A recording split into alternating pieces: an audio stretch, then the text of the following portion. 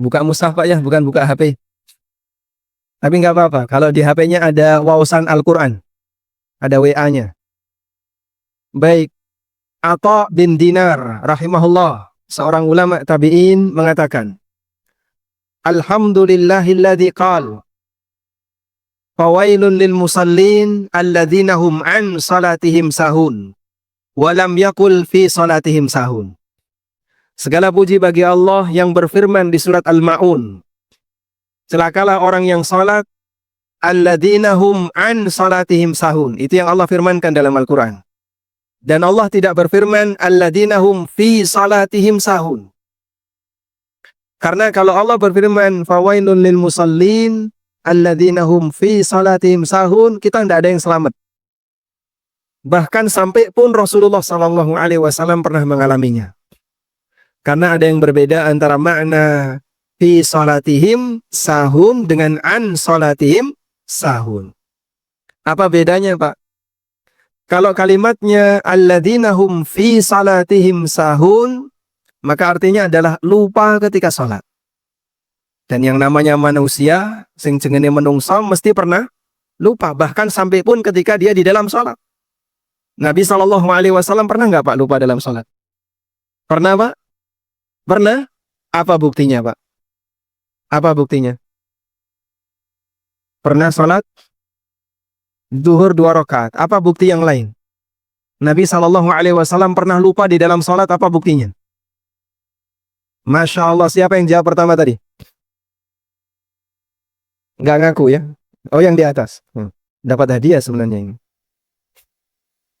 Adanya syariat sujud sahwi itu bukti bahwa Rasulullah SAW pernah lupa dalam salat. Dan itu bagian dari nikmat bagi para umat beliau sallallahu alaihi wasallam. Andaikan Nabi itu dari kalangan malaikat yang mereka tidak mungkin lupa, maka kita tidak tahu apa yang harus kita lakukan saat kita lupa dalam salat. Padahal peluang orang yang lupa dalam salat itu sangat besar.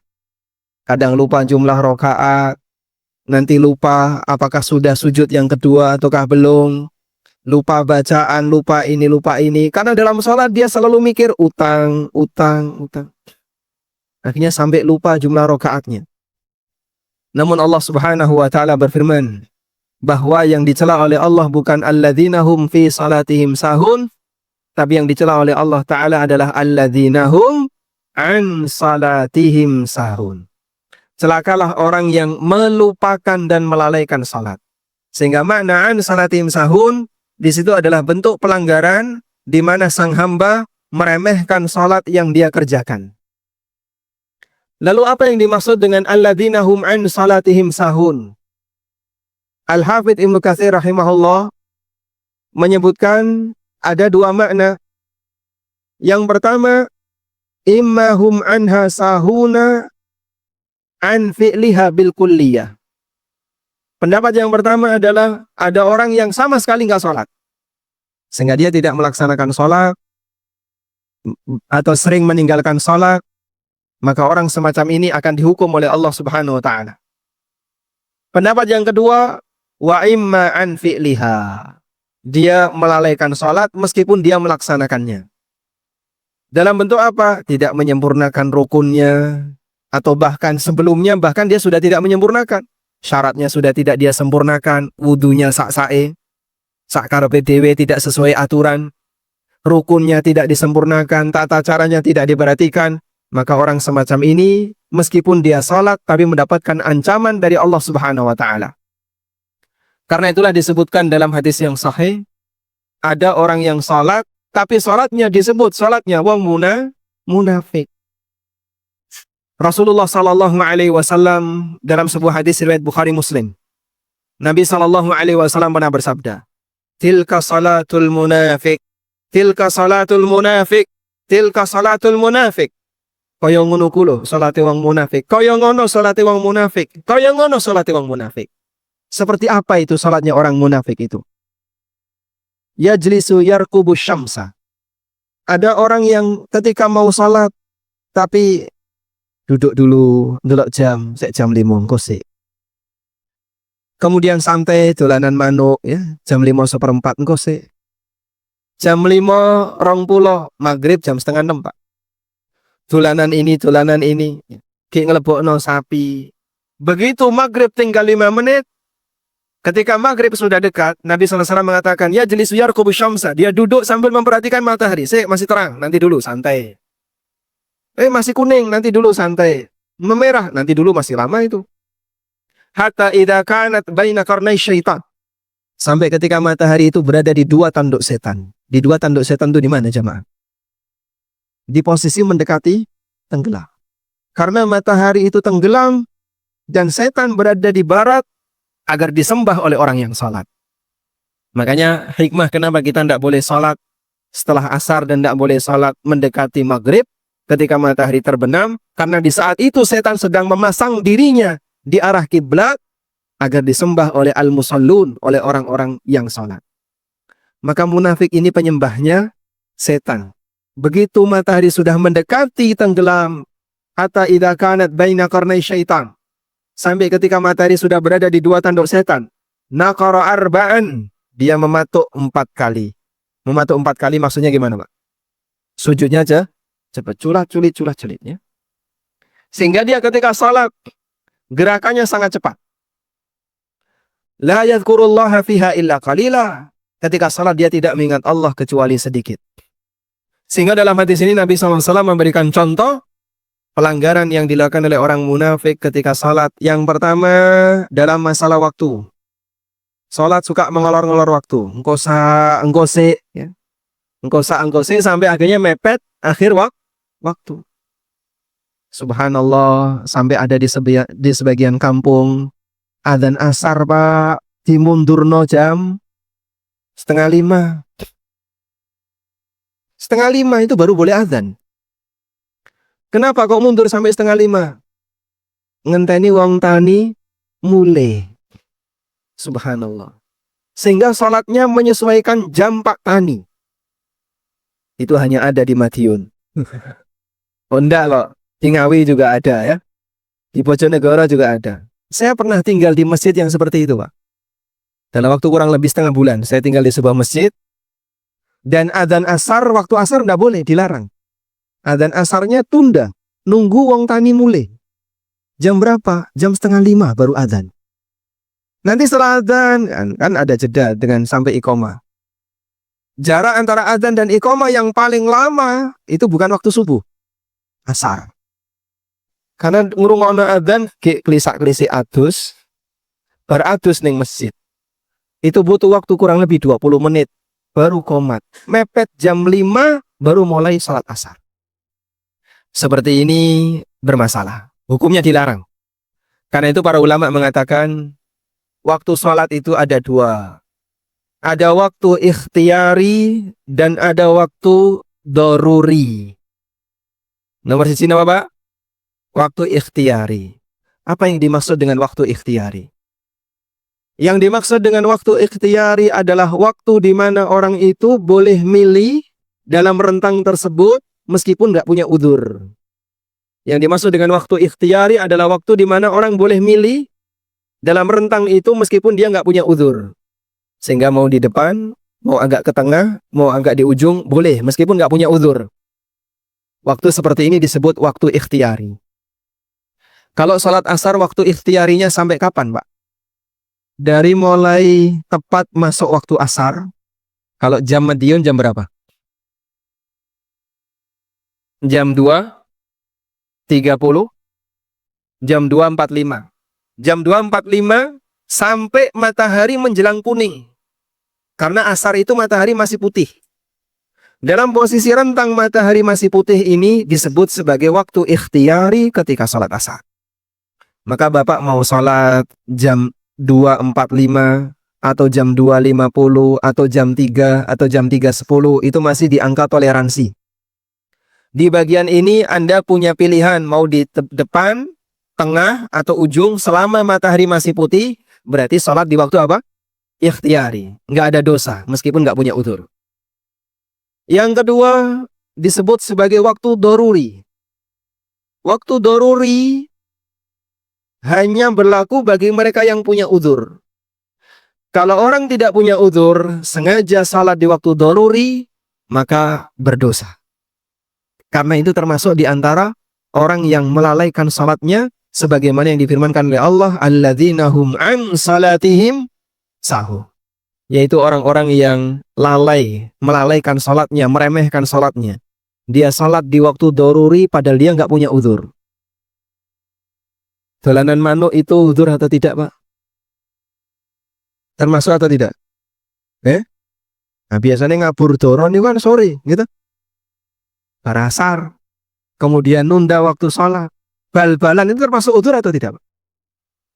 Termasuk nggak, Pak? Namanya orang kalau sudah masuk stadion, sepak bola digelar jam 3:30. Penontonnya datang jam berapa, Pak? Ya?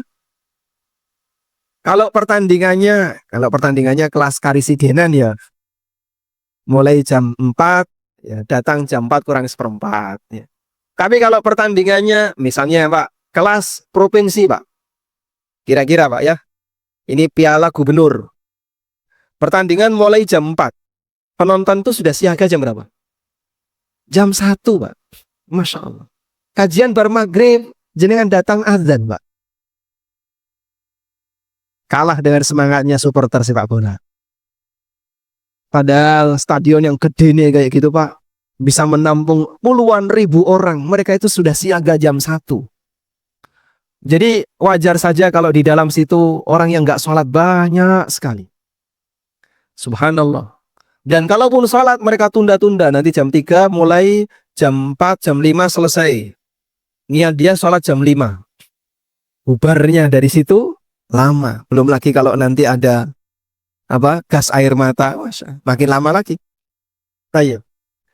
Jadi jamaah yang dimuliakan Allah Subhanahu wa taala, orang yang seperti ini dia tidak punya uzur, lalu dia secara sengaja melaksanakan sholat di waktu daruri, maka dia berdosa karena Nabi SAW menyebut orang seperti ini sebagai sholatnya wong munafik. Tilka salatul munafik. Tilka salatul munafik. Yajlisu yarqubu syamsa. Itulah sholatnya wong munafik. Sholatnya wong munafik mong leyah-leyeh nunggoni jam sholat, nunggoni matahari. Sampai akhirnya ketika mendekati mau tenggelam, baru dia laksanakan sholat dengan cepat.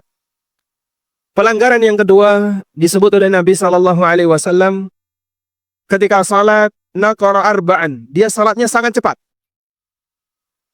Dan orang yang sholat sangat cepat bisa dipastikan dia akan tidak tumak nina.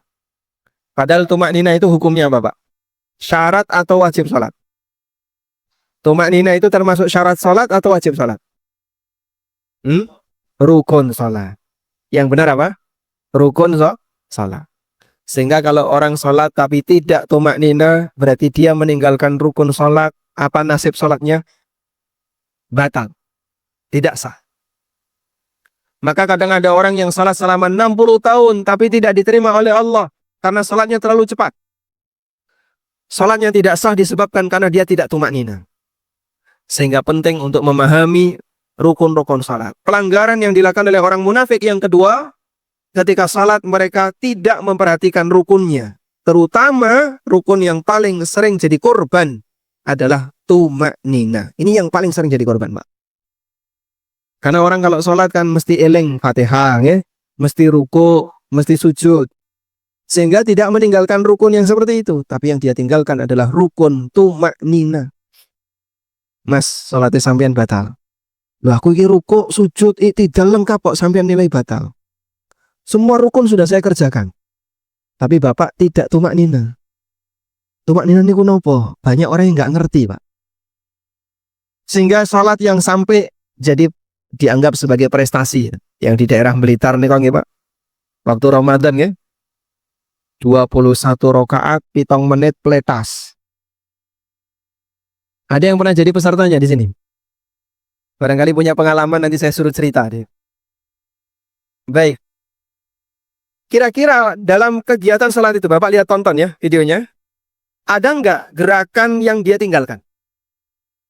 Tidak ada. Fatihah dia baca. Rukuk dia lakukan. Iktidal dia kerjakan. Sujud dia juga dia lakukan. Tapi yang jadi masalah dia meninggalkan satu, yaitu tumak nina. Sehingga Masya Allah, begitu cepatnya sampai ketika dia membaca Al-Fatihah yang terdengar itu cuma dua kata. Bismillahirrahmanirrahim. Dolin, amin. Bismillah, dolin. Bismillah, dolin. Tengah Fatihah itu udah kerungu, Pak. Saking cepetnya. Dolin tadinya apa, Pak? Bismillahirrahmanirrahim. Dolin. Yang terdengar itu cuma Bismillah sama dolin. Saking cepatnya dia membaca Al-Fatihah. Baik. Ini pelanggaran yang kedua yang disebutkan oleh Nabi SAW dalam hadis ini. Pelanggaran yang ketiga. La yadhkurullaha fiha illa qalila. Dia tidak mengingat Allah kecuali hanya sedikit. Bisa jadi saat orang itu sholat, eling Allah itu cuma pas satu kalimat saja, Pak. Assalamualaikum itu eling Allah, Pak. Dari mulai takbiratul ihram sampai mendekati salam itu loh. Belas eling apa-apa, Pak. Curi-curi Assalamualaikum eling dia. La yadhkurunallaha illa qalila. Dia tidak mengingat Allah Ta'ala kecuali sedikit. Dan itulah pelanggaran yang dilakukan oleh orang munafik. Allah sebutkan hal ini juga di surat An-Nisa ayat 142. Innal munafiqina yukhadi'una Allah wa huwa khadi'uhum wa idza qamu ila sholati qamu kusala yura'una an-nasa wa la yadhkuruna Allah illa qalila. Nalikane mereka salat, salate karo malas-malasan. Yura'una an-nas, ditambahi riya, wa la yadhkuruna Allah illa qalila, dan mereka tidak mengingat Allah kecuali sedikit. Sehingga makna la yadhkurunallaha illa qalila, tidak mengingat Allah kecuali sedikit, itu ada dua makna. Nomor siji, yang pertama, salatnya tidak ikhlas.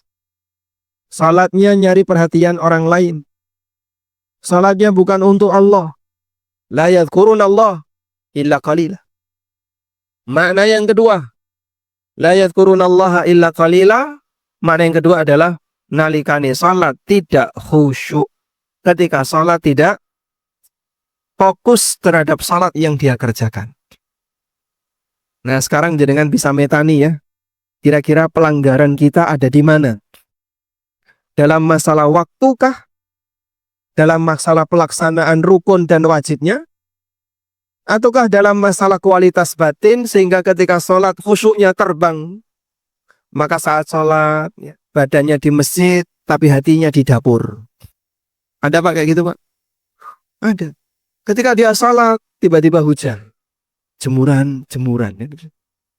Yang terbayang dalam dirinya, batinnya itu bisa lari Pak ke rumah Pak. Makanya para ulama mengatakan khusyuk itu ada dua. Ada khusyuk fisik dan ada khusyuk hati. Khusyuk fisik itu anteng. Nek orang Indonesia juara masalah ini ya. Allahu Akbar, menang, anteng. Itu orang Indonesia juara, pinter.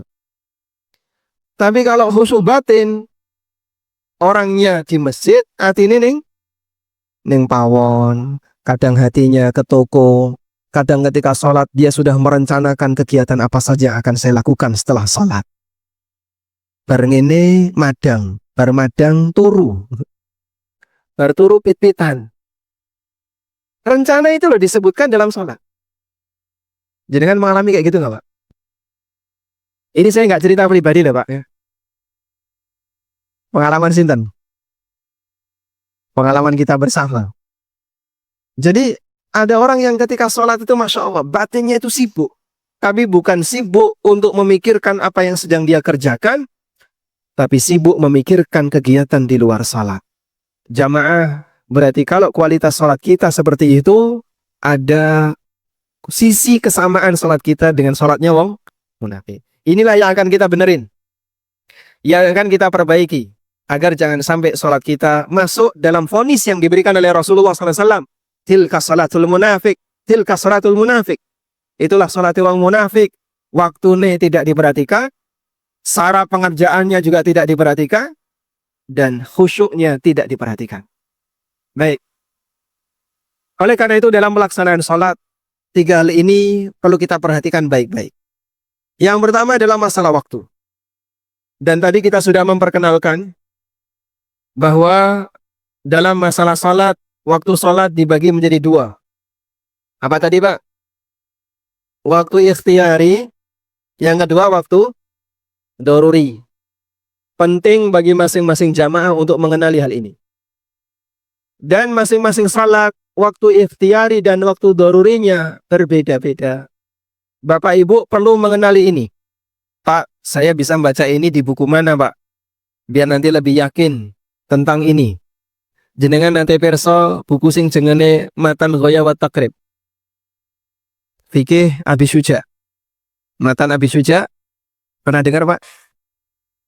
Pernah dengar? Kapan? Barusan dengar. Loh, itu kurikulum utama, Pak. Kalau orang mau belajar fikih Syafi'iyah.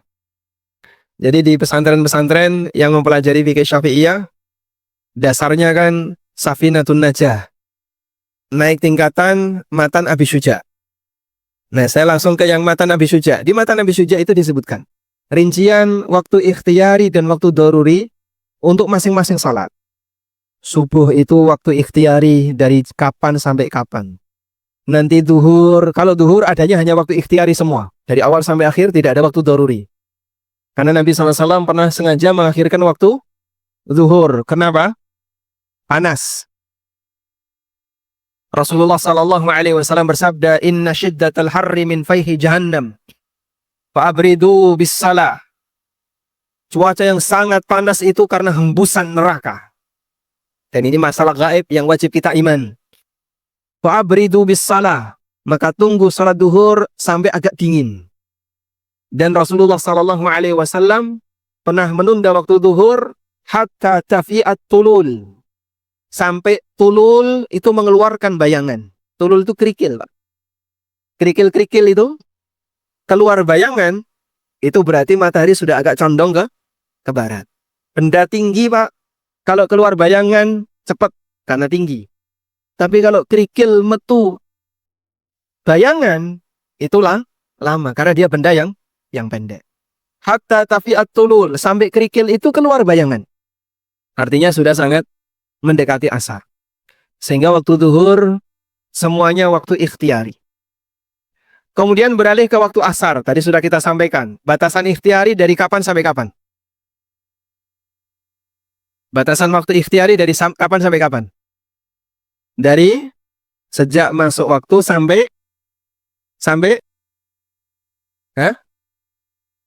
sebelum matahari menguning. Lalu batasan doruri dari matahari menguning sampai terbenam matahari. Maka kita tidak boleh punya pemahaman waktu asar itu yang penting kau kerjakan sholat sebelum maghrib. Nah, akhirnya tulanan doro, ya. Bertulanan doro, mancing, bermancing, apalagi madang.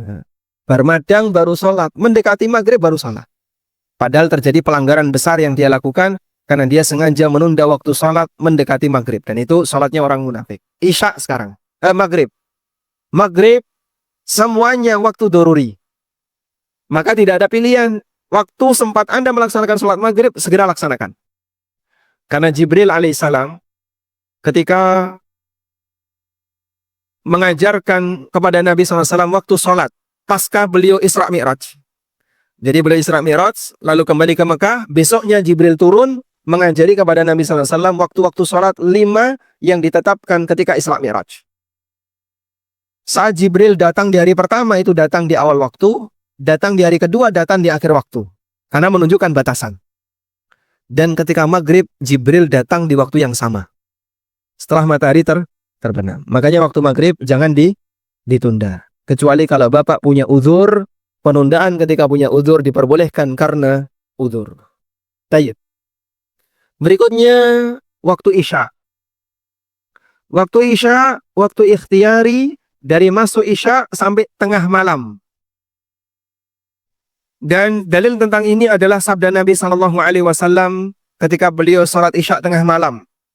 Lalu beliau sampaikan, Wallahi innaha lawaktuha, laula an asyukka ala ummati. Demi Allah, inilah waktu terbaiknya. Andaikan tidak memberatkan umatku. Sehingga Rasulullah SAW salat Isya itu lebih sering di awal atau di akhir? Lebih sering di mana, Pak? Nabi SAW salat Isya itu lebih sering di awal atau di akhir? di awal. Sesekali beliau akhirkan. Alasannya apa? Karena beliau menyampaikan, laula an asyukka ala ummati. Andaikan ini tidak memberatkan umatku. Makanya ulama berbeda pendapat. Waktu yang afdal yang mana sih sholat isya? Kalau mempertimbangkan kebiasaan Nabi SAW, beliau sholat isya di awal waktu. Tapi kalau mempertimbangkan hadis tadi, sholat isya yang paling afdal di akhir waktu. Tapi bagi kita yang paling afdal adalah nek jenengan sakit sholat jamaah. Gitu ya Pak. Sehingga kalau di masjid Bapak, sholat isyaknya di awal waktu, kok Bapak gak ikut sholat jamaah karena pingin akhir waktu, justru kurang afdal. Dipahami Pak? Baik. Saya mau sholat di akhir waktu. Katanya pahalanya lebih besar. Jenengan kalian sinten dewean. Ini salah paham. Tapi kalau jenengan sholat isya di akhir waktu berjamaah, nah itu yang paling bagus. Misalnya dibuat program ya. Sholat isya di Samsul Huda dimulai jam 12. Sing teko niku muadzin karo muadzin. Mu dhewean. Ana koncone. Baik. Maka kalau sholat isya di masjid Bapak di awal waktu, ikut berjamaah lebih afdal daripada memperhatikan waktu. Karena ada kaidah yang menyatakan begini. Catat Pak. Baik. Kaidahnya mengatakan fardul kaifiyah muqaddamun ala fardil waqti. Sudah catat? Kok mau menengah ya? Tak baleni mana kan? Indonesianya. Baik. Memperhatikan kesempurnaan tata cara, lebih diutamakan daripada memperhatikan ketepatan waktu. Coba diulang, Mbak. Diulang, Mas.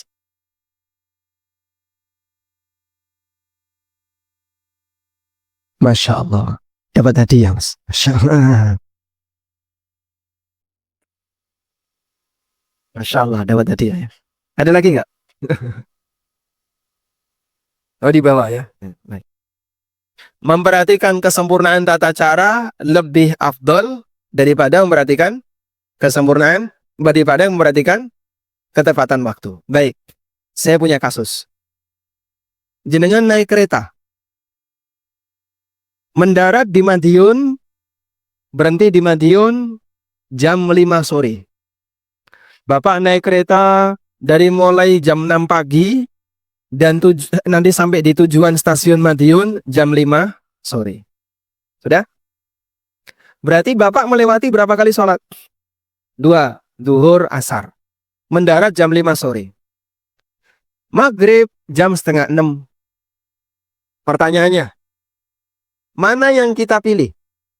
Sholat duhur dan asar di kursi kereta, tapi tepat waktu. Masuk duhur, sholat duhur. Masuk asar, sholat asar. Tepat waktu. Atau sholat duhur dan asar jamak takhir nanti setelah mendarat. Karena kereta nanti akan sampai di stasiun Madiun jam 5. Baik, pilih mana? Yang pertama atau yang kedua? Yang pertama ya. Baik. Yang memilih pertama angkat tangan. 1, 2. Baik. Yang memilih yang kedua angkat tangan. Jumhur memilih kedua ya. Baik. Kenapa memilih pertama?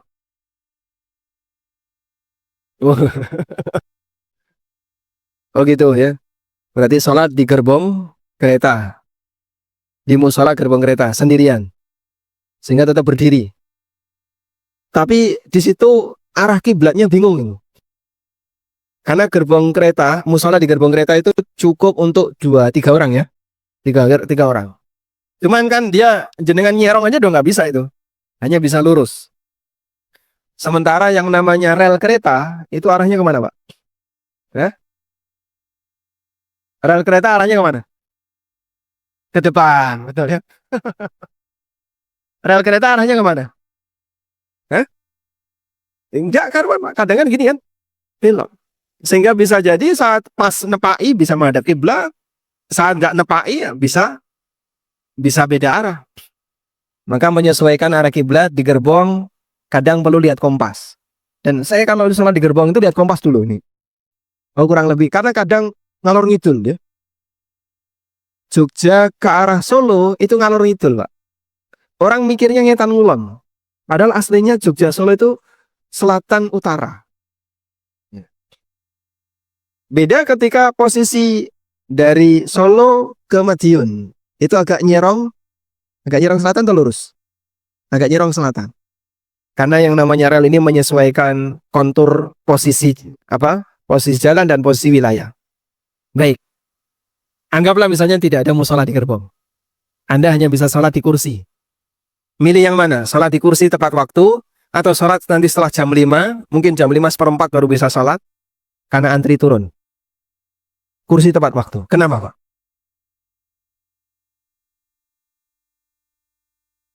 Mengerjakan sholat pada waktunya, sampai di tempat sholat lagi.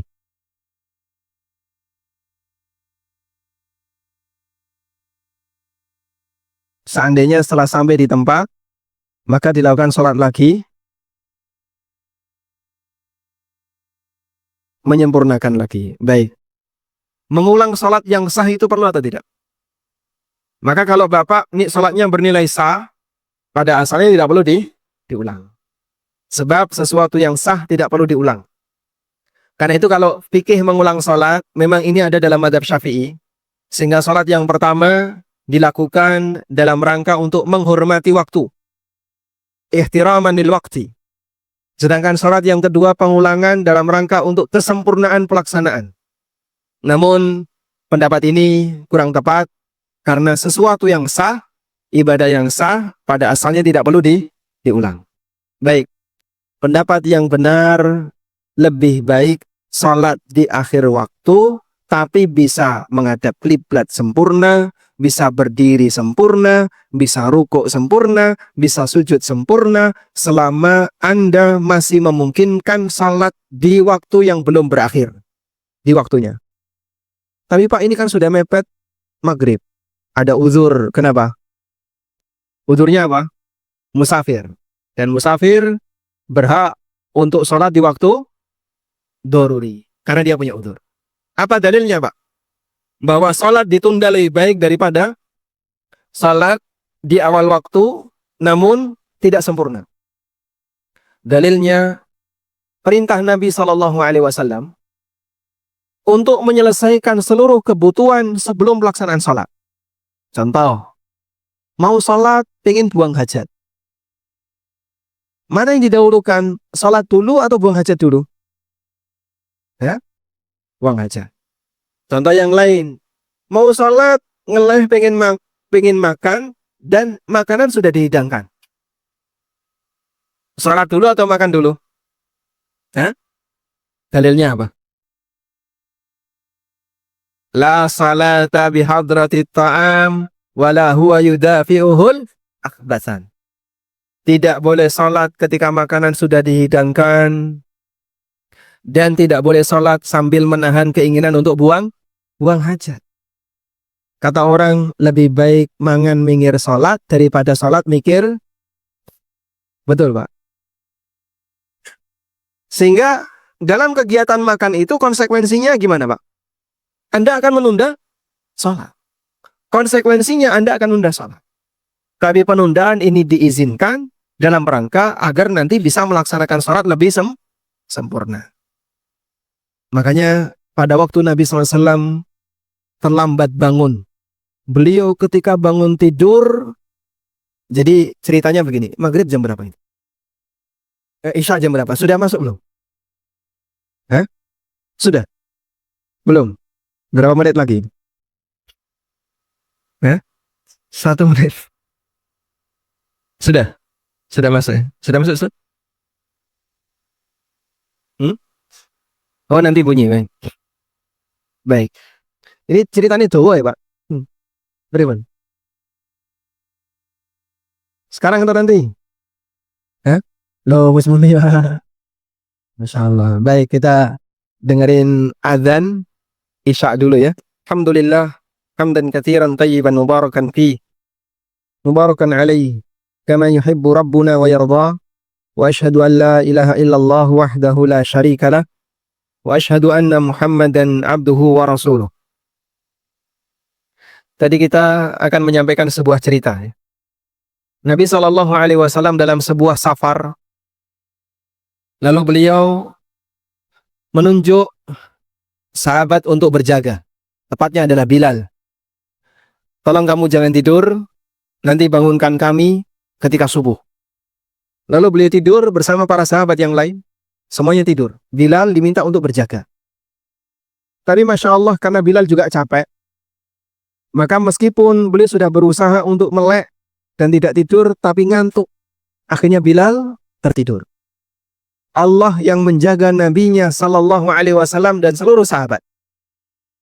Padahal dalam perjalanan seperti ini, yang namanya ancaman binatang buas, ancaman orang musyrikin yang menyerang sewaktu kaum muslimin lengah, itu sangat besar.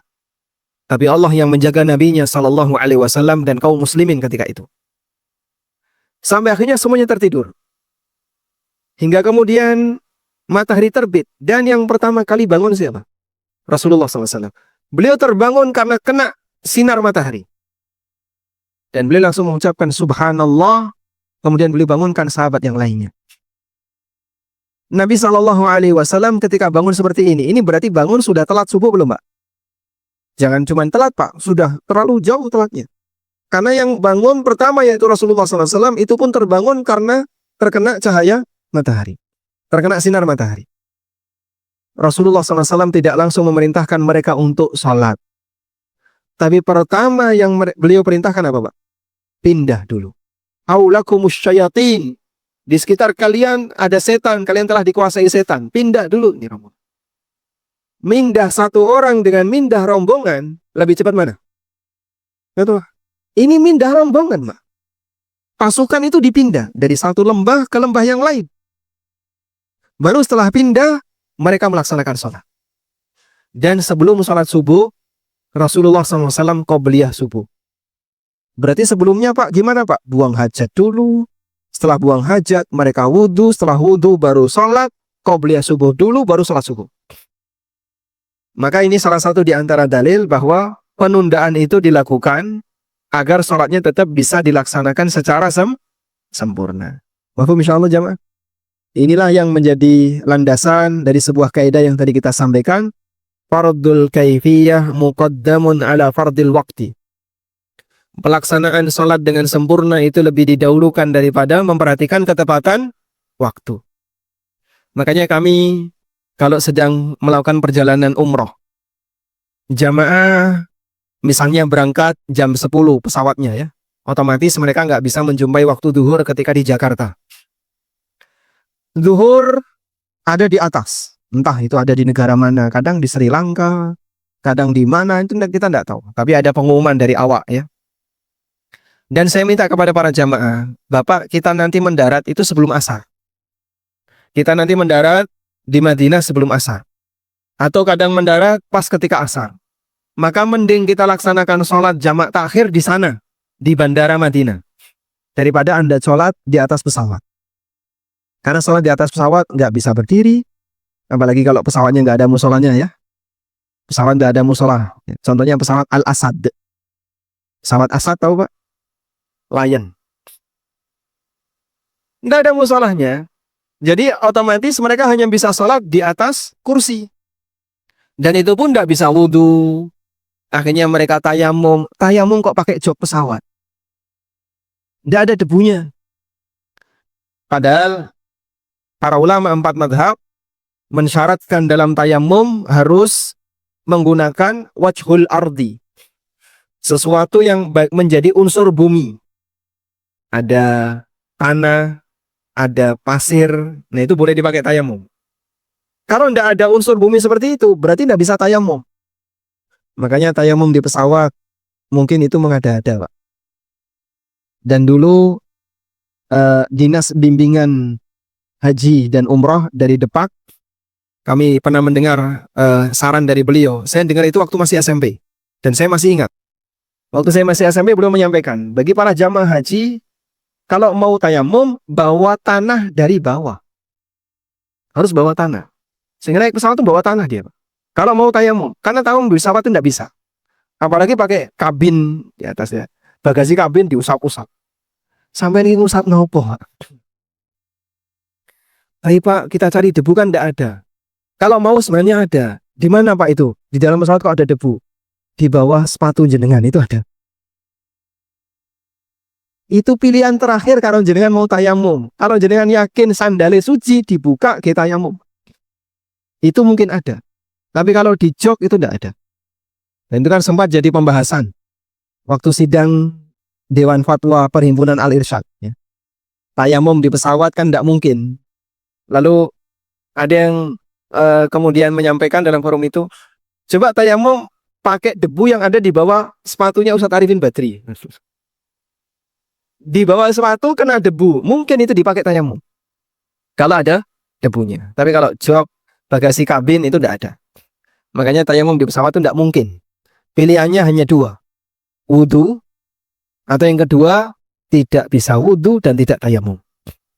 Karena di pesawat tidak bisa tayamum. Yang disebut dengan sholat bagi orang yang dalam kondisi faqidut tuhuratain.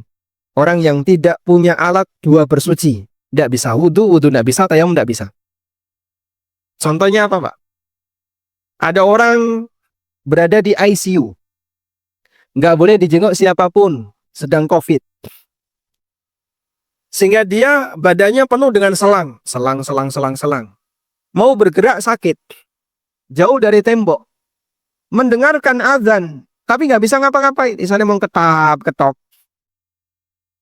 Ini orang kalau sholat gimana? Gimana Pak? Kalau orang seperti ini sholat Pak? Dia sholat tanpa wudu, tanpa tayamum. Inilah yang disebut dengan faqid at-tuhuratain. Orang yang tidak bisa melakukan dua cara bersuci. Wudu raiso, tayamum raiso. Sholat tanpa wudu, tanpa tayamum. Nah, kalau kondisinya seperti itu, lebih baik jenengan tunda jika waktunya masih ada. Sekarang Alhamdulillah kereta dirapikan.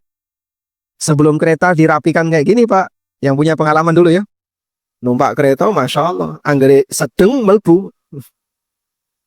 Sehingga numpak kereta seperti apa Pak? Ngamot barang, pindang neng jero niku. Saya itu sempat ya, sebelum kereta dirapikan. Sampai di daerah Cirebon, itu kurang lebih jam 2 pagi. Masih longgar. Alhamdulillah, nanti waktu subuh bisa ke toilet, wudu. Begitu kereta ini berhenti di Karawang, kira-kira jam 3, banyak sekali orang yang masuk. Berhenti lagi di Bekasi, lebih banyak lagi yang masuk. Sampai semua itu berdiri. Pepet-pepetan, Pak. Berdiri, itu jam 3, jam setengah 4, sebelum subuh. Berhenti di Gambir, jam 7. Orang yang mau ngantor tuh Pak, pakai jas, pakai jaket, sudah pakaian rapi, pakaian kantor. Itu masuk dalam jumlah yang banyak di atas kereta, kira-kira jam 3 atau jam setengah 4 itu. Sehingga saya yang berada di kursi, iki arep ngadeg ra iso Pak. Mau ke toilet tidak bisa, penuh dengan orang di gerbong itu. Akhirnya ya sudah, kita tidak bisa wudu. Dan kalau kereta mungkin nyari debu masih banyak ya, biasanya hanya tayamum.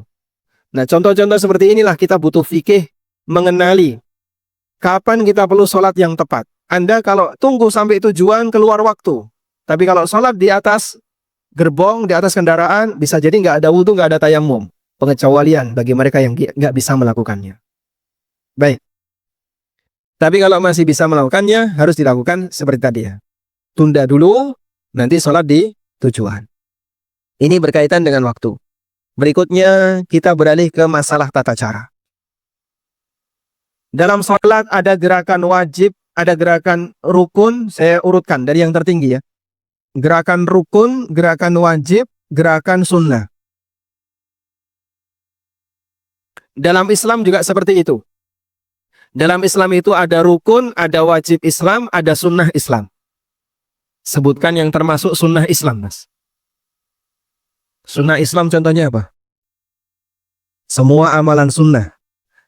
Sholat duha, sholat tahajud, sholat witir. Apalagi Mas? puasa Senin Kamis, puasa ini puasa sih. Ini adalah amal apa? Sunnah Islam. Contoh yang wajib Islam tapi bukan rukun Islam. Yang wajib dalam Islam tapi bukan rukun Islam. Contoh? Apa? Zakat. Zakat rukun Islam ya. Rukun Islam ada 5, zakat masuk. Memelihara jenggot, membiarkan jenggot, tidak dipotong. Yang lain. Berbakti kepada orang tua. Belajar ilmu agama, sinau agama niku hukumnya apa, Pak? Wajib. Thalabul ilmi fardhatun ala kulli muslim. Baik. Mandi Jumat. Menurut pendapat sebagian ulama, Nabi SAW mengatakan, Ghuslul Jum'ati wajibun ala kulli muhtalimin. Mandi Jumat itu wajib bagi orang yang sudah balik. Mandi junub, rukun Islam apa buatan? Mandi junub itu rukun Islam atau bukan? Hukumnya apa? Wajib. Baik. Gambarannya kayak gini. Jadi dalam Islam ada rukun, ada wajib, ada sunnah. Salat juga seperti itu. Ada rukun, ada wajib, ada sunnah. Bedanya apa, Pak? Rukun itu unsur utama. Rukun itu unsur utama. Ini ibarat rumah itu, Pak, tiang. Kalau tiang ini patah, kira-kira gimana? Ambruk rumah ini.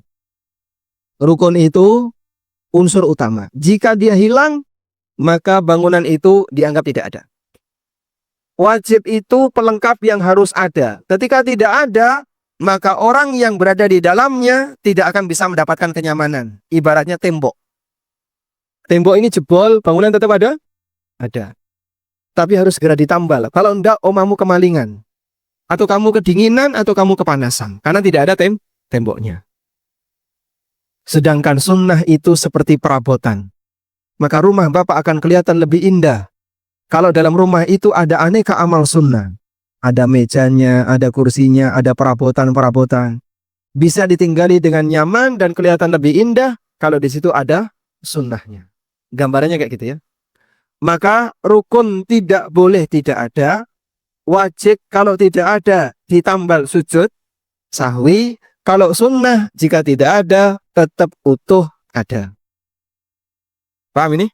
Baik, penjelasan ini disampaikan oleh Al-Hafidh Ibnu Rajab ketika beliau menjelaskan tentang permisalan yang diberikan oleh Nabi SAW terkait rukun Islam yang 5 dalam hadis Ibnu Umar. Bunyal Islamu ala khamsin, syahadatu alla ilaha illallah dan seterusnya.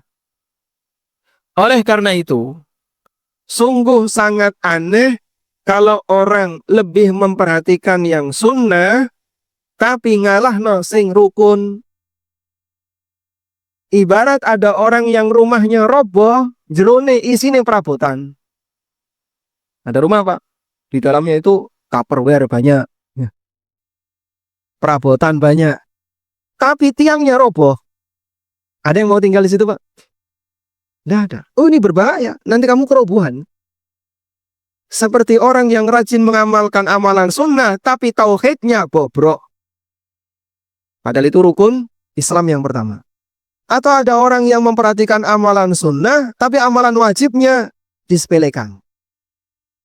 Makanya dakwah Ahlussunnah tahu prioritas. Yang paling penting bagi seorang muslim, tauhid. Perhatikan. Amal-amal yang wajib, sholat, zakat, puasa. Diperhatikan, dititani yang baik. Baru setelah itu yang wajib. Baru setelah itu yang sunnah. Sehingga jangan kita punya prinsip. Jadi wong muslim itu yang penting ngokeh-ngokeh nong ibadah. Tahajud sing mempeng, sedekah sing ngokeh, poso sunnah nyajen. Loh, Masya Allah, Pak. Percuma, Pak ya. Memperindah bangunan interior, tapi pondasinya, tiangnya dirobohkan dengan melakukan perbuatan kesyirikan. Ibarat ada orang yang memperindah bangunan interior, tapi rumahnya roboh. Paham insya Allah jemaah? Orang kalau tahu prioritas, ngerti seperti ini. Baik, sama halnya ketika ada orang yang melaksanakan salat. Bagian rukun nggak diperhatikan, terutama apa? Tumaknina. Tapi nritel bagian sunnah itu loh. Aja sampai kali ya. Nawaitu usolli, nek kowe gak ngomong kaya ngono bakal salatmu. Ulama mana yang mengatakan kalau usolli hukumnya wajib? Ulama mana? Mentoknya memang ada sebagian yang menganjurkan dalam rangka untuk melatih batin. Tapi ini gak ngomong usolli, rasanya kok ono sing kurang. Ini gak tumakninah, biasa, dia tenang. Ini apa-apaan? Kamu itu ibarat membuat bangunan, memperindah dalam, tapi tiang mau kau robohkan. Sing digatek ngomong siji. Tumakninah itu cuma satu tok, pas takbiratul ihram. Allah, oh suwe banget kan. Allah, Allah, Allah itu gak rampung-rampung, Pak. Berkali-kali dia mau mengangkat Allahu Akbar sekali itu, Masya Allah, susahnya luar biasa. Kalau setelah itu cepat, percuma ini ya. Maka sadarilah bahwa dalam sholat ada bagian rukun, ada bagian wajib, dan ada bagian sunnah. Rukun harus komplit, kalau tidak ada, batal. Wajib harus ada, kalaupun tidak ada, ditambal. Tambalnya apa? Sujud sahwi. Sunnah kalau tidak ada, insya Allah salat Anda tetap utuh. Walhamdulillah. Baik. Karena kita tidak sedang membahas fikih salat, maka saya tidak rincikan itu. Namun prinsip agar Bapak bisa lebih berkualitas salatnya, maka jadikan setiap gerakan salat Bapak Ibu berdalil. Jadikan setiap gerakan salat Bapak Ibu berdalil. Piye carane takbiratul ihram berdalil. Piye carane ngangkat tangan berdalil. Carane sedekap berdalil. Kabeh niku wonten dalile. Tidak ada satupun gerakan salat tanpa dalil. Karena Nabi Shallallahu Alaihi Wasallam berpesan, wasallu kama ro'aitu muni usalli. Nggih. Muni nama Pak? Sallu kama ro'aitumuni salli. Salatlah kalian sebagaimana kalian melihatku salat. Aja dipleset nih Pak. Tuh katekno toh hadise. Sallu kama ro'aitu muni usalli. Muni niku bahasa Arabnya napa Pak? Kok tiba-tiba alih bahasa ya? Di depan bahasa Arab, di tengah Jawa, nanti dari Arab meneh. Subhanallah. Kok ya tumon wong duwe kae. Baik. Kembali ke sini. Sehingga Nabi SAW ngasih panduan lengkap. Karena beliau meminta kepada umatnya, kerjakanlah sholat sebagaimana kalian melihatku sholat. Sallu kama ra'aitumuni usalli. Kerjakanlah sholat sebagaimana kalian melihatku sholat. Maka jadikan sholat Bapak Ibu berdalil. Insya Allah Pak, itu membuat kita semakin senang sholat. Dan pengalaman itu berkali-kali terjadi pada banyak sekali kaum muslimin yang membaca buku sifat sholat Nabi Sallallahu Alaihi Wasallam. Dan kemudian saya buat lebih mudah dan saya tambahi dengan beberapa renungan, jadilah buku tafsir sholat. Nanti di tafsir sholat itu kan di bagian depan ada penjelasan tata cara. Bagaimana cara sujud yang benar. 1, 2, 3, 4. Saya buat per poin biar gampang untuk dibaca. Baik. 2 buku ini punya nggak Pak? Insya Allah ada. Yang pertama punya? Ya? Sifat sholat punya ya? Ini buku wajib yang harus ada pada setiap rumah muslim. Ada buku wajib setiap rumah muslim harus punya. Sifat sholat Nabi SAW, Riyadhus Shalihin, Bulughul Maram, Umdatul Ahkam. Ojo sampai ning omah rano buku ini Pak. Tapi ra diwaca ya Mas. Ya diwaca nek wis duwe kono. Baik. Selanjutnya, setelah kita memperhatikan gerakan sholat, pastikan gerakan sholat kita berdalil. Sehingga setiap detail-detail kecil-kecil itu semuanya pakai dalil. Dan alhamdulillah, Masya Allah, jasa besar para sahabat. Bagian yang terkecil dari gerakan Rasulullah SAW itu diceritakan. Sampai gerakan driji, Pak. Gerakan jari itu diceritakan. Nabi SAW ketika berisyarat dengan jari telunjuknya waktu tasyahud, beliau membentuk angka berapa? Angka berapa? 35 atau 53? Ya? Angka berapa? Berapa Pak? 53. 53 niku pripun Pak? Ya? Kata Ibnu Umar, Rasulullah SAW wa asyara bi usbu'ihi, dan beliau berisyarat dengan jari beliau, dan beliau membentuk angka 53. 53 itu gimana? Itu sebenarnya metode orang Arab dalam berisyarat angka. Orang Arab dalam berisyarat angka ini pakai jari. Angka yang seperti ini, Pak. 1, 2, 3, ya. Yang tertulis itu baru ada di masa Abbasiyah. Sebelum itu kaum muslimin nggak kenal angka. Nggak kenal huruf angka tadi. 1, 2 itu nggak kenal. Sehingga mereka kalau nulis angka itu ditulis pakai Latin. Misalnya, asyra. Tulis 10, asyra. 10 ditulis asyra. 20, ishrun. Jadi mereka nggak nulis dengan angka. Tapi ditulis pakai apa? Latin. Kenal angka, tapi tidak mengenal huruf angka.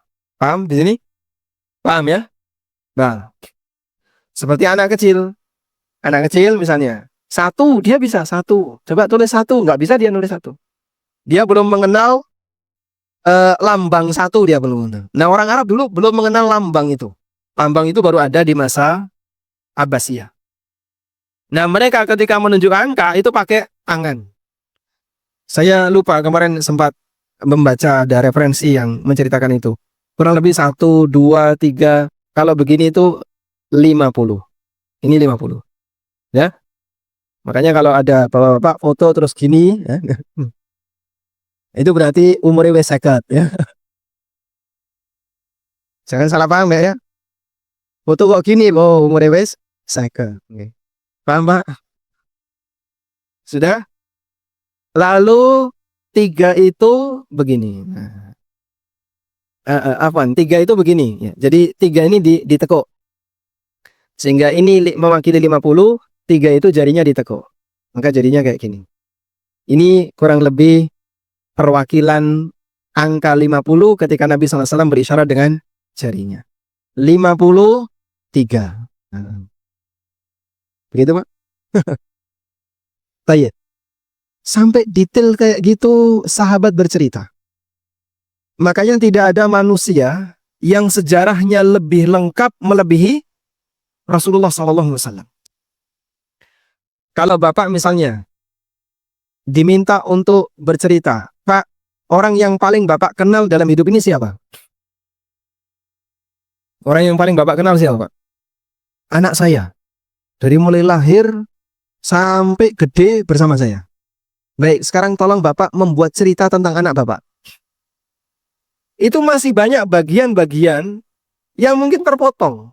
Karena mungkin anak Bapak ngilang kemana, Bapak tidak membersamainya. Tapi Masya Allah, Rasulullah SAW itu sampai bagian yang terkecil sahabat cerita. Ya. Karena tidak ada manusia yang perbuatannya jika ditiru menghasilkan pahala kecuali Nabi Muhammad SAW. Makanya sangat disayangkan kalau sekian banyak sunnah itu kita sia-siakan dengan cara kita tidak mempelajarinya dan kita tidak mengamalkannya. Sangat disayangkan. Ada banyak sunnah. Ratau di ngerteni, ratau di sinauni, gak pernah dipelajari dan tidak pernah diamalkan. Padahal itu kalau dikerjakan berpahala. Baik. Selanjutnya berkaitan dengan masalah khusyuk batin. Nah, ini memang tugas yang paling berat. Gak semua orang mampu melakukannya secara maksimal. Makanya khusyuk batin itu tidak wajib 100%. Saya ulang ya. Khusyuk batin tidak wajib 100%. Sehingga di sini tadi ada pertanyaan. Di buku tafsir salat Anda menulis bahwa Nabi terkadang tidak khusyuk dalam sebagian salatnya.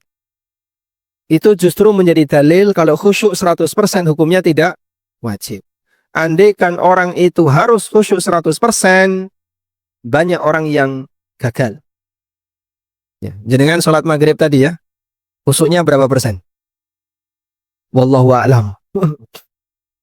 Khusyuknya wallahu a'lam. Ikhlasnya saja wallahu a'lam.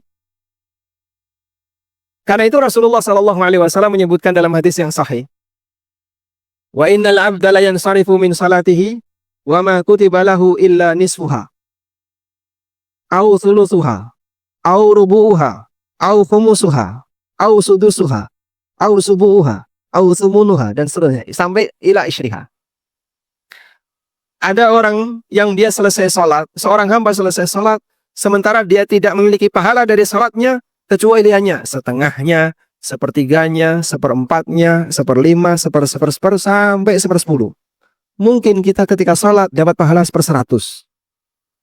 Mungkin juga ada orang yang sholat ketika dapat pahala 1/1000. Saking sedikitnya nilai khusyuk dalam sholatnya. Dan Ibnu Abbas radhiyallahu anhu mengatakan, ya, wa ma kutiba min salatika illa ma aqala minha. Kamu tidak mendapatkan pahala dari salatmu kecuali berbanding lurus dengan kualitas khusyuk batinmu ketika salat. Makanya kalau kemudian salat kok pikirannya melayang kemana-mana, itu bisa jadi nilai pahalanya cuma 0, sekian. Masya Allah. Terus gimana Pak cara berlatih itu? Batin itu gak gelem meneng Pak. Sing jengene ati niku napa Pak? Pernah nggak batin kita itu diem Pak? Enggak. Mikir gini. Itulah yang namanya hati. Sehingga dia selalu beraktivitas, gak pernah diam. Kecuali ketika orangnya tidur, itu pun masih kadang bermimpi. Sehingga yang namanya batin ini gak pernah diam. Nah, kalau nggak diam, maka dicekeli. Biar dia sibuk dengan apa yang kita pegangi. Batin ini dikasih pegangan, biar dia sibuk dengan apa yang dia pegangi. Gitu Pak ya? Makanya kalau Bapak sholat, tapi batinnya tidak dikasih pegangan, golek gawean. Nih, kalau batinnya tidak dikasih cekelan, golek gawean. Akhirnya lu mau ning pawon, kadang ning sawah, kadang mikir mana. Itulah hati Pak. Terus apa Mas caranya biar hati ini bisa dikasih pegangan, dikasih gawean, dijak mikir sholat. Mikir yang pertama, mikir bagaimana cara bergerak yang sempurna. Makanya tadi kami minta Bapak Ibu pelajari sholat sesuai dalil. Jadikan sholat Anda berdalil. Mikir yang kedua adalah mikir memilih bacaan yang sesuai sunnah. Sehingga kami anjurkan, kalau dalam bacaan itu ada beragam, kalau bisa dihafalkan beragam semuanya kalau bisa. Contohnya nama Pak, doa iftitah ada berapa macam? Ada berapa macam? Ya? Ada banyak macam ya? Baik. Coba di antara jamaah yang hafal doa iftitah 5 redaksi, angkat tangan. 5 redaksi doa iftitah. Ada? Saya turunkan 4 redaksi. Ada? Pak Irfan? 3. Baik, 3. Coba dibaca. Allahu Akbar kabira walhamdulillahi katsira. Yang kedua. Subhanakallahumma Allahumma hamdan katsiran thayyiban mubarakan fi. Nah, yang kedua. Subhanakallahumma. Masya Allah. Baik, selanjutnya. Allahu Akbar kabira walhamdulillahi katsira. Subhanakallahumma bihamdika wa tabarakasmuka wa ta'ala jadduka. Allahumma ba'id baini. Satu lagi. Masya Allah. Dapat hadiah ya. Alhamdulillah. Baik. Dapat hadiah buku fikih bermadhab. Alhamdulillah. Baik. Kalau Bapak hafal lebih dari 1, maka begitu selesai takbiratul ihram, tidak otomatis membaca. Tapi mikir dulu. Mau doa iftitah yang mana? Nah, karena dia punya pilihan. Milih dulu. Milih itu poin khusyuk.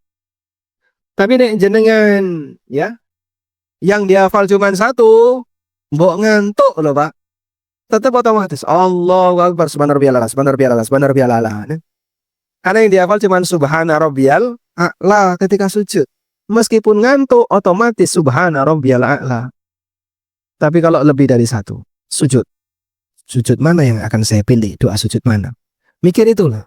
Baik, saya pilih subuhun kuddusun rabbul malaikati warruh. Saya pilih subhanadzil jabarut wal malakut wal kibriya'i wal adama. Saya pilih subhanakallahumma rabbana wa bihamdika Allahumma gfirli. Dia milih-milih itu poin khusyuk. Sunnah tanawu ini kalau bisa dihafalkan. Jangan hafal lebih dari satu, bagus. Nah, lebih dari dua, lebih bagus ya. Baik. Itu insya Allah akan menunjang khusyuk.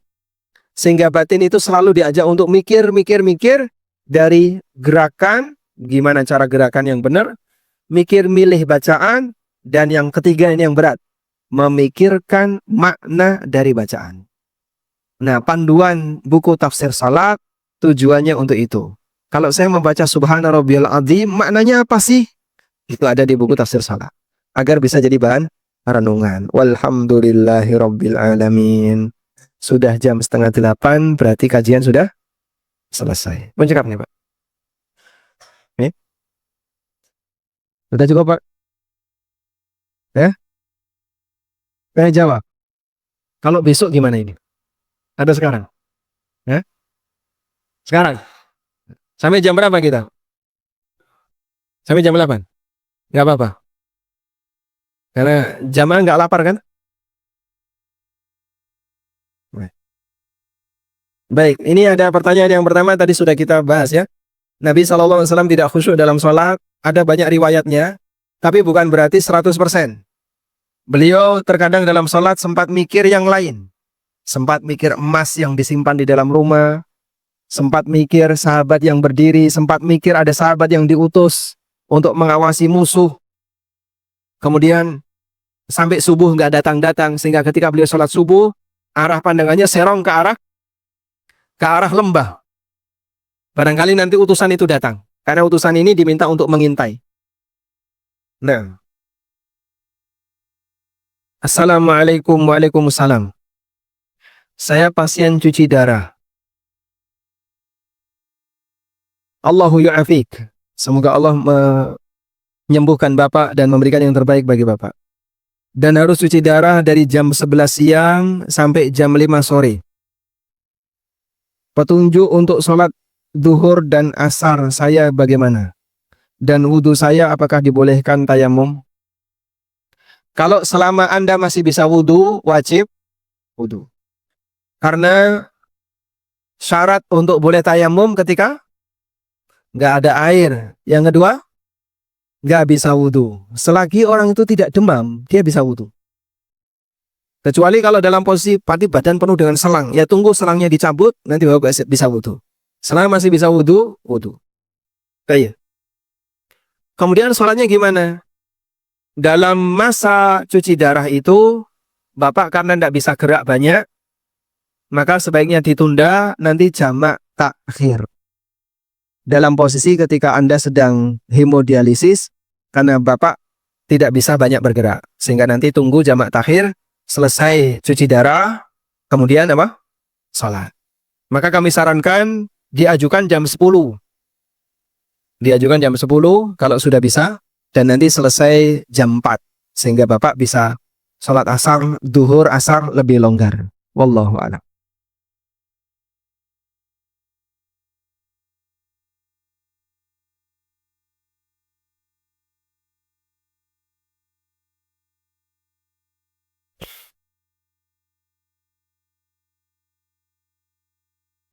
Assalamualaikum. Waalaikumsalam. Anak SD kelas 4, umur 9 tahun. Dia sholat maghrib, setelah itu tidur. Sampai malam tertinggal sholat isya. Apakah dibangunkan atau menunggu dia bangun? Nek ngenteni tangi ya tangi-tangi, Pak. Anak SD ya. Apa hukum tidur setelah maghrib? Apa hukum tidur setelah maghrib? Makruh. Karena Nabi sallallahu alaihi wasallam yakrahun nauma qabla al-isya wal haditha ba'daha. Nabi SAW membenci tidur setelah isya, tidur sebelum isya dan ngobrol setelah isya. Nabi SAW membenci tidur sebelum Isya dan ngobrol setelah Isya. Tapi kalau capek banget gimana Pak? Ini ngantuk sekali habis maghrib pengennya tidur. Kalau nunggu Isya, wah nanti Isyanya karo ngantuk. Boleh nggak tidur? Kalau terpaksa harus tidur, silahkan Anda tidur, tapi harus pasang pengaman. Sehingga pesan kepada keluarganya, aku tak turusi ngantuk, engkau tolong ditangeni nek pas Isya, nek gak tangi-tangi, nyuwun tulung dimandikan, dikafani, bisolat.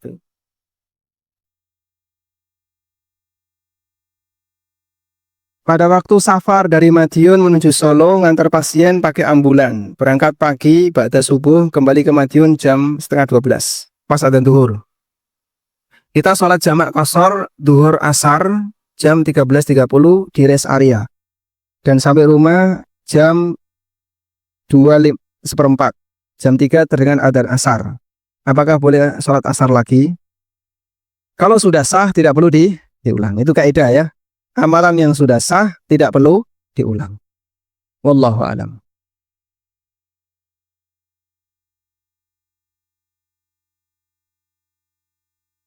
Assalamualaikum warahmatullahi wabarakatuh. Waalaikumsalam warahmatullahi wabarakatuh. Dari Ngawi, insyaallah. Ini dikirim lewat kurir atau gimana? Kertas ini dari Ngawi. Masjid terdekat adzan asar jam 4.30. Pelaksanaan sholat hampir jam 5.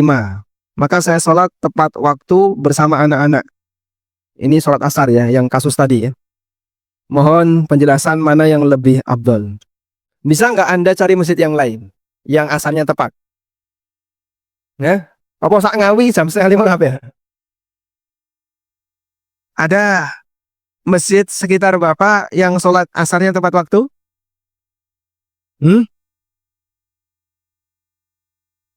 Ada. Setengah 5 baru adzan. Nah, di masjid yang lain ada nggak yang jam 3? Jam 4 juga. Rata-rata ditunda. Langge. Nunggu wong tani mulai. Lah ini pendidikan kayak gini kan, kalau dibiarin terus, berarti mereka dalam pandangannya waktu asar itu jam setengah 5. Dan ini tidak boleh kayak gini, menggeser waktu sahabat itu meskipun mereka bertani, sahabat itu kan yang Madinah ya, petani kurma. Meskipun mereka bertani, asar mereka datang ke masjid, selesai sholat balik lagi. Maka dalam salah satu riwayat yang menjelaskan waktu sholat asar Nabi SAW, mereka menyebutkan kami kembali ke tempat kami nyencang onta. Jadi asar datang, mereka ngikat ontanya, berangkat ke masjid. Lalu balik lagi ke tempat nyencang onta tadi, kami masih merasakan panas. Maka waktu asar Nabi SAW dilakukan di awal waktu. Cuman pendidikan seperti ini, edukasi seperti ini, perlu banyak kita sampaikan kepada wong tani. Perlu ada sesekali daurah fikih sholat untuk para pak tani, agar mereka menyadari bahwa waktu sholat asar tidak boleh dikorbankan kayak gitu. Baik, kami kasih pilihan, silahkan Anda cari masjid yang adzannya tepat waktu. Kalau terpaksa, Anda sama sekali Pak, adanya itu beda kabupaten. Neng Madiun. Lah mosok sak kecamatan rono Mas. Ya kalau misalnya Anda ada sama sekali, adanya jauh sekali, 10 kilo itu baru ada. Baik, kalau memang demikian, maka Anda terapkan hadis Nabi SAW. Nabi SAW pernah menyampaikan, besok akan ada para penguasa yang mereka suka menunda-nunda waktu salat. Lalu para sahabat bertanya, "Fama ta'muruna ya Rasulullah?" Lalu apa yang Anda perintahkan kepada kami ya Rasulullah? Kemudian Nabi SAW merintahkan, salatlah kalian tepat waktu. Kemudian nanti kalau raja ini salat, kalian ikut makmum di belakangnya. Karena dulu masjid negara itu yang jadi imam raja, khalifah, atau gubernur kalau dia tinggal di provinsi. Sehingga kalau gubernurnya sholatnya telat, maka dia harus sholat tepat waktu, dan nanti ulang sholat lagi berjamaah. Tetap menjaga persatuan kaum muslimin. Dan dulu ada sebagian di antara ulama tabi'in yang sholat di hadapan gubernurnya itu sambil duduk. Kenapa? Takut kalau berdiri dibunuh sama gubernur. Kalau tidak salah Taus bin Kaisan. Jadi ceritanya si raja ini atau si gubernur ini, dia Jumatan itu ditunda mepet asar. Akhirnya dia sholat duhur dulu tepat waktu, lalu sholat nanti bersama imam, sehingga tetap melaksanakan sholat 2 kali dalam rangka untuk menjaga persatuan umat. Kalau kejadiannya kayak gini dan Bapak sudah tidak punya pilihan, maka silahkan sholat tepat waktu bersama keluarga, terus nanti sholat berjamaah. Nah, ini mengulang dalam rangka menjaga persatuan. Wallahu a'lam. Ketika imam kunut subuh, apakah kita boleh angkat tangan? Ulama ikhtilaf dalam masalah ini. Sebagian ada yang mengatakan dianjurkan makmum angkat tangan, ikut kunut, mengaminkan meskipun makmum bukan termasuk orang yang mengikuti mazhab yang kunut subuh, sehingga dia mengikuti imamnya. Assalamualaikum warahmatullahi wabarakatuh. Waalaikumsalam warahmatullahi wabarakatuh. Kaki kanan saya masih sakit setelah kesleo 2 bulan yang lalu.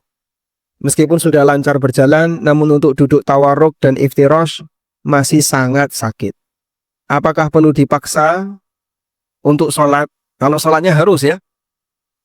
Apakah perlu dipaksa untuk duduk iftirash dan tawarruk? Jawabannya tidak harus. Dan Anda jangan paksa jika itu berbahaya. Oleh karena itu, untuk duduk iftirash dan tawarruk, jika dengkul susah ditekuk, maka jenengan nanti ketika duduk pakai kursi. Ya, ketika duduk pakai kursi. Terus kalau membaca Fatihahnya berdiri. Berdiri, rukuk berdiri, kemudian iktidal berdiri, sujud kan nekuk dengkul ya, nekuk lutut. Maka silahkan jenengan duduk, terus sujud dalam posisi duduk di kursi. Duduk di antara 2 sujud, terus sujud lagi. Kemudian duduk iftirash, duduk di kursi. Baik. Sehingga orang yang bisa berdiri, tapi nggak bisa sujud, posisi sujud dia nggak bisa. Kalau berdiri dia bisa, maka dia tetap wajib berdiri. Dan nanti kalau sujud dia duduk. Ada kaidah. Kaidahnya berbunyi begini. Al-maisur la yaskutu bil maksur. Yang bisa dikerjakan tidak jadi gugur gara-gara ada yang sulit dilakukan. Paham ya? Baik. Contoh. Bapak sholat di atas pesawat. Di kursi ya. Baik. Di kursi kan tidak bisa. Di lorong tidak bisa ya. Nanti di seneni wong. Ini untuk jalan. Sehingga Anda hanya bisa sholat di kursi. Nah, sholat di kursi itu duduk atau berdiri? Bisa nggak berdiri? Bisa nggak berdiri? Ini kursi pesawat ya. Anda berdiri bisa? Bisa. Kalau yang berada di tengah, 3, 3, 3. Yang pesawat dengan jumlah 400-an itu, 3 di tengah. Itu bisa, nggak sundul. Tapi kalau yang berada di tepi, sundul, nggak bisa berdiri dia. Maka yang di tengah, saya bisa sholat sambil berdiri. Berarti Anda harus berdiri. Anda harus berdiri. Baca Fatihah, Allahu Akbar berdiri. Baca Fatihah berdiri, baca surat berdiri. Ruku, nah raiso kan ruku ini. Nah berak ngarep ya Pak. Duduk, terus ruku. Nanti ketika baca Fatihah lagi, berdiri lagi. Al-maisur la yaskutu bil maksur. Yang mudah dilakukan tidak jadi gugur gara-gara ada bagian yang sulit dilakukan. Orang langsung lungguh kabeh Pak. Selama masih bisa berdiri, berdiri. Terjadi turbulensi. Bagi para penumpang dimohon pakai sabuk pengaman. Nah itu yang jenengan ngatit di seneni pramugari. Nah itu baru kalau kayak gitu silahkan duduk, pasang sabuk pengaman, lanjut sholat. Dan kemarin saya praktekkan seperti itu. Saya berada di tengah ketika sholat subuh, berdiri. takbiratul ihram berdiri, Fatihah berdiri, baca surat berdiri, rukuknya duduk. Dipahami ya? Baik. Alhamdulillah.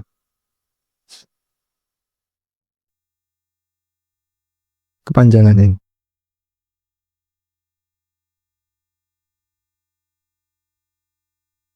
Apakah ketika kita berdoa setelah membaca tasyahud akhir sebelum salam dengan doa yang kita inginkan itu disyaratkan untuk membaca salawat kepada Rasulullah SAW terlebih dahulu?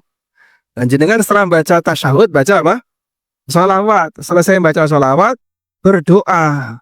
Ya sudah baca salawat tadi, maka tidak perlu salawat lagi.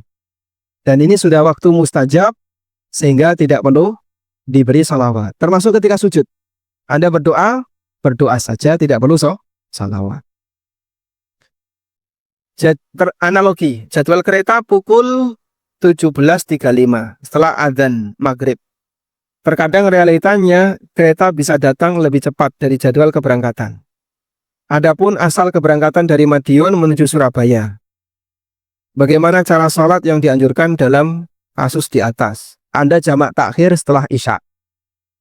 Madiun Surabaya kereta berapa jam? 2 jam. Sehingga maghrib sampai sana jam 8. Masih sangat longgar ya. Maka nanti silakan jamak takhir maghrib dan Isya. Dan kalau Anda sholat di Surabaya, bonus qashar. Anda bisa sholat qashar karena Anda musafir.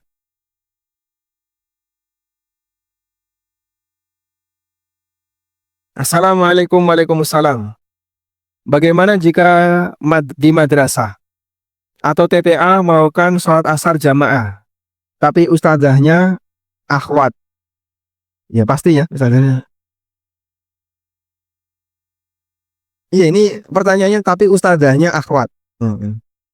Nanti kalau ustazahnya ikhwan bahaya ini.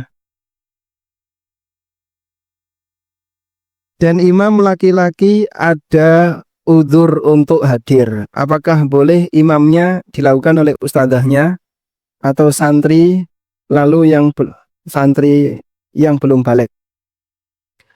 Kalau santrinya belum tamyiz. Belum tamyiz itu belum bisa mengenal cara sholat yang benar ya. Sehingga ketika sholat masih suka gojek, tolah-toleh, kadang ngentut gak ngaku. Maka jangan dijadikan imam. Karena sholatnya belum sah. Sehingga yang jadi imam ustadzah dan nanti santrinya makmum.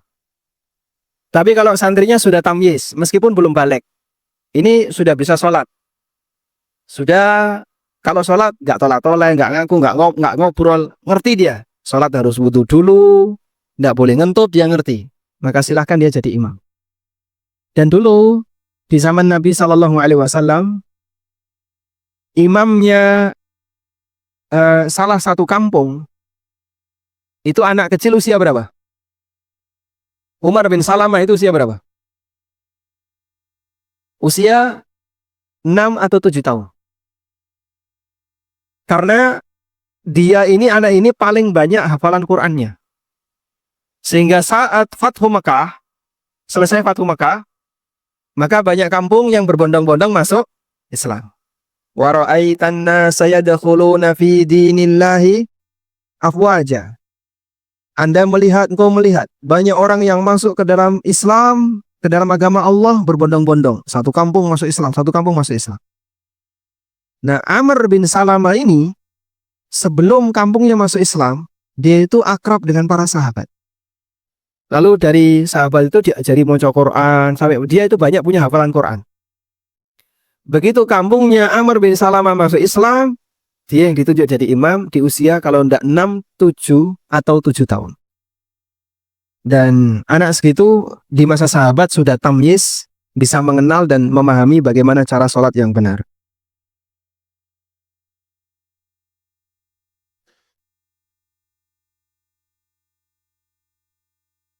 Perintah sholat itu yang benar ketika Nabi kita Isra Mi'raj atau yang tercantum dalam Quran? Yang tercantum dalam Quran gimana?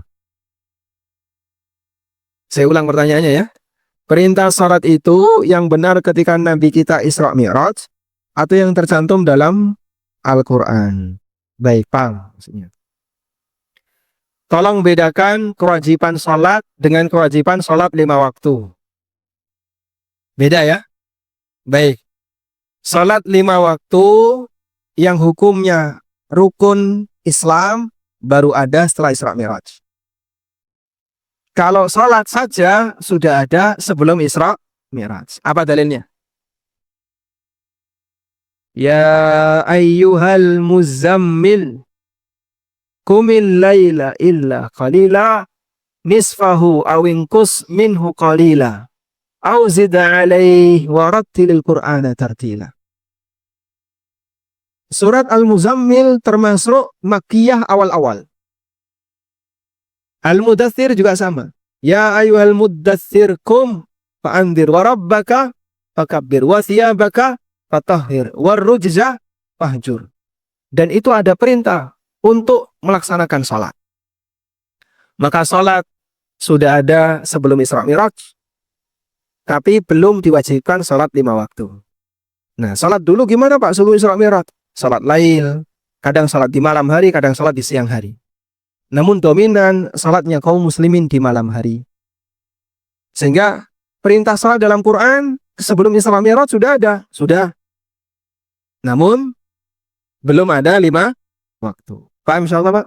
Sehingga kaum muslimin belum mengenal duhur, asar, maghrib, isya, belum mengenal.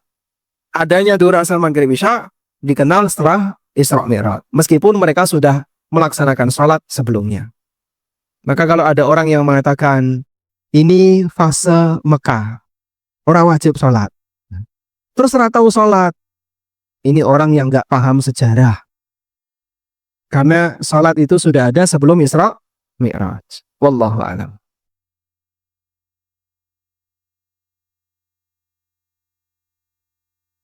Assalamualaikum. Waalaikumsalam. Saya mempunyai sakit wasir atau ambien. Ini kok banyak yang wadul loro toh, Pak? Sehingga pada waktu sholat, khususnya pada waktu duduk di antara dua sujud dan tahiyat, terasa ada sedikit sekali gas yang keluar dari dubur. Pertanyaannya, apakah sholat saya batal dan harus mengulang wudhu dan sholat kembali? Baik. Kalau seperti ini terus-menerus, mesti setiap duduk seperti ada yang keluar. Enggak, ya kadang berperedam, ya. Kadang muni cilik, dus. Dan itu setiap kali Anda duduk ketika sholat. Berarti posisi Anda seperti salisul baul. Salisul baul itu orang yang selalu keluar air kencing dalam setiap gerakan yang dia lakukan. Sehingga meskipun sudah buang air, udah dia cebok, lalu dia pakai celana. Begitu ruku, kayak ada yang netes. I'tidal, medun sujud, nah ini kan ketekak-ketekuk ya. Ketekak-ketekuk gini, netes, netes, netes. Ini namanya orang salisul baul. Pak, sudah ditahan tidak bisa. Klepnya udah rusak. Ya. Maka pada posisi seperti ini, beliau tetap sholat meskipun keluar. Ya karena gimana lagi? Udzur khusus bagi orang ini. Kias untuk orang ini adalah seperti wanita yang sedang mengalami istihadah, sehingga dia sholat meskipun keluar, dan nanti kalau sholat lagi, bersuci lagi. Dipastikan suci, sholat, kemudian netes di tengah sholat tidak diperhitungkan. Wallahu ta'ala alam.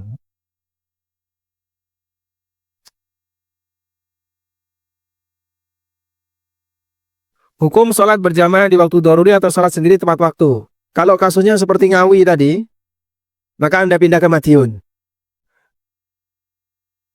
Kalau kasusnya seperti tadi, Bapak sholat 2 kali. Jadi tepat waktu, lalu nanti diulang. Bagaimana hukumnya menjadi makmum imam yang tidak tumak ninah? Dan bagaimana batasan antara tumak ninah dan tidak tumak ninah? Makmum kepada imam yang tidak tumak ninah batal. Sehingga Bapak harus mufarokoh, memisahkan diri. Kalau jenengan sholat, waktu takbiratul ihram kan durung ketok ya, belum ketahuan. Terus dia ruku, curi, dia langsung pedot ya. Anda pisahkan diri dan sholat sendiri. Karena imamnya tidak tumak ninah.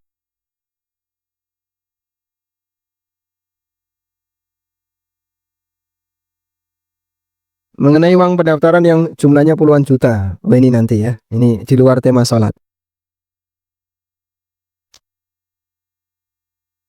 Sholat sunnah apa saja yang dilakukan oleh Nabi Muhammad SAW di waktu sepertiga malam, selain sholat tobat dan sholat tahajud. Sholat tobat itu bukan sholat yang rutin tiap hari, Pak.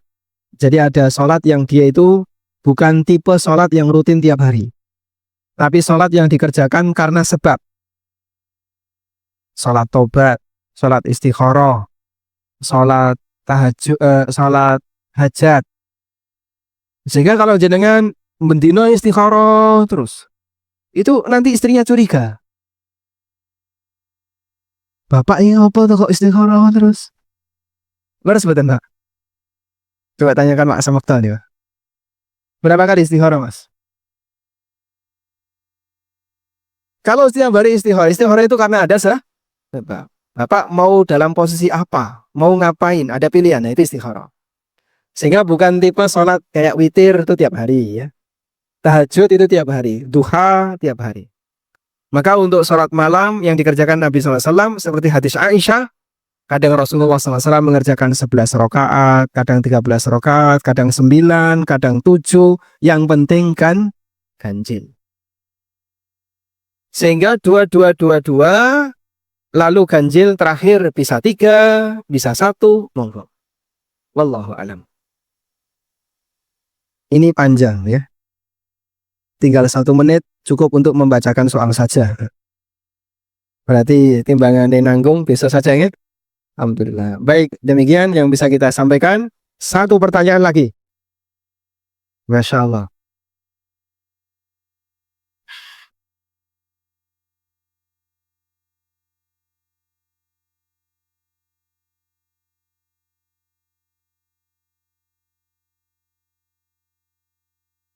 Baik. Orang Islam yang menunda-nunda sholat atau sholatnya diremehkan, itu orang munafik atau dikatakan sebagai sholatnya munafik? Tadi saya menyebut sholatnya munafik. Sehingga kita tidak memvonis orangnya, karena sebutan munafik itu sama dengan keluar dari Islam. Sebutan munafik itu gelar keluar dari Islam. Sehingga kalau menemukan orang kayak gitu, sholatmu cepet banget, munafik we, itu bahaya Pak ya. Jangan ya. Gelar munafik itu sama dengan keluar dari Islam. Maka yang boleh kita sampaikan, sholatmu seperti sholat munafik. Jangan dilakukan. Dan disebut sholat munafik berarti dia sholat yang Allah katakan wailun lil musallin alladzina hum an salatihim sahun. Pertanyaan yang pertama, apa perbedaan makna an salatihim dan fi salatihim? Imam boleh jawab? Apa perbedaan makna an salatihim dan fi salatihim?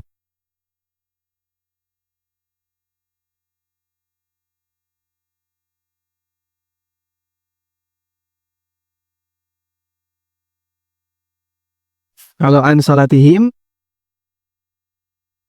lupa. Hah?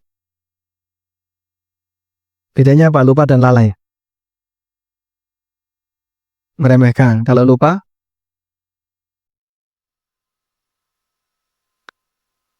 Kalau lupa itu di luar kesengajaan. Sengaja lupa bisa nggak Pak? Mari kita sengaja lupa. Bisa? Nggak bisa. Lupa itu pasti tidak sengaja. Barakallahu fikum, dapat hadiah. Baik, tapi pas jam 8. Demikian yang bisa kita sampaikan. Semoga bermanfaat. Wassallallahu ala nabiyyina Muhammadin wa ala alihi wa sahbihi wa sallam. Wa akhiru da'wana alhamdulillahi rabbil alamin.